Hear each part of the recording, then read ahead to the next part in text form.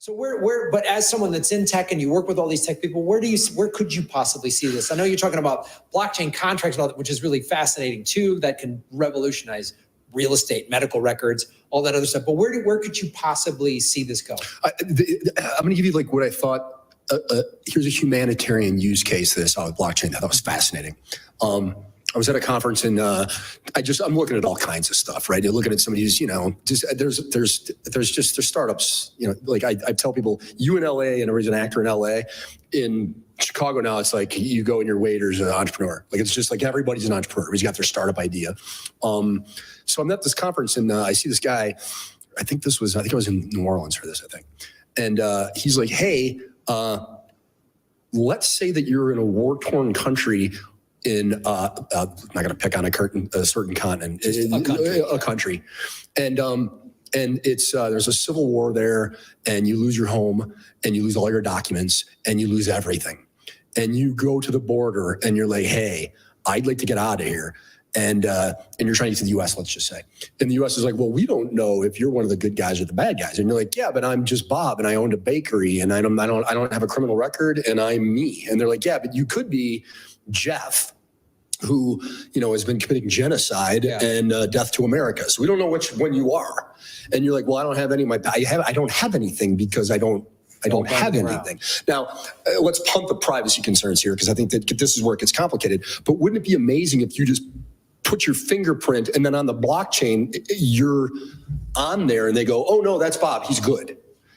Like proof of existence, proof of self, proof of like, and not like clearly there's privacy concerns and then do we start tracking people? Like we don't know enough yet how that'll shake out. But from just a pure humanitarian standpoint, you can kind of be like, okay, when something terrible happens and we need to have like proof of life, proof of existence, proof of agency, whatever it might be, that you're like, no, it's there and it's irrefutable and it's public and like I said, with privacy concerns. But now Bob's Bob and Graham's Graham, and that's it. And to me, I thought that was like a really amazing sort of way to think about where this could go. And I know that, we've got a lot of things to figure out.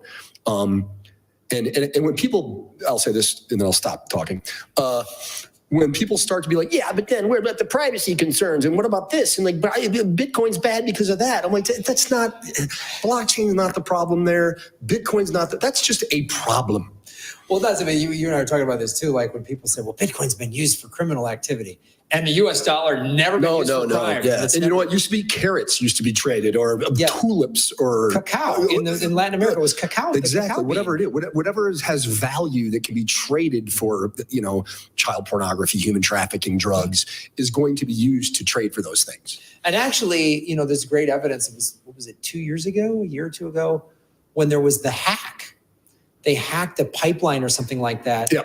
Mm-hmm. And the way they caught the guys was because they used Bitcoin and it's very traceable. Right. Because there wasn't, duffel bags full of US cash that they stole that you can never find. Right. It was actually, and now as Bitcoin becomes more institutionalized, you can track, there's a signature for every coin out there, every piece of Bitcoin that's ever been purchased. Yep.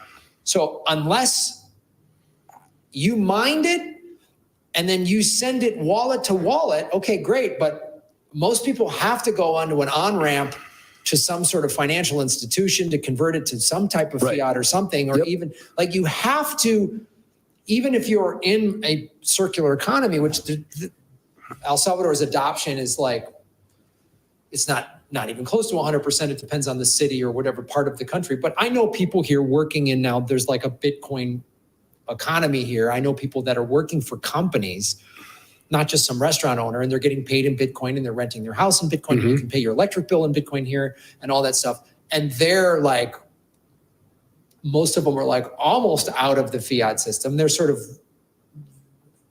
unique because El Salvador is the country that legalized it. But even they're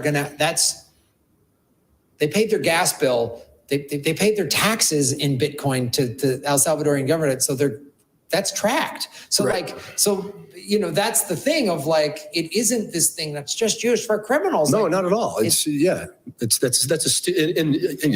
it's just a stupid argument to make that like, man, it's used for bad things. Okay, well, so is a screwdriver. Like, what in the world are you talking about? But cars. Well, yeah, it's just people have been abducted in cars and trafficked in cars, and cars have been used to deliberately smash things. So we're going to outlaw. We're the cars. Yeah. So yeah, that's amazing. That's a cool thing to think about.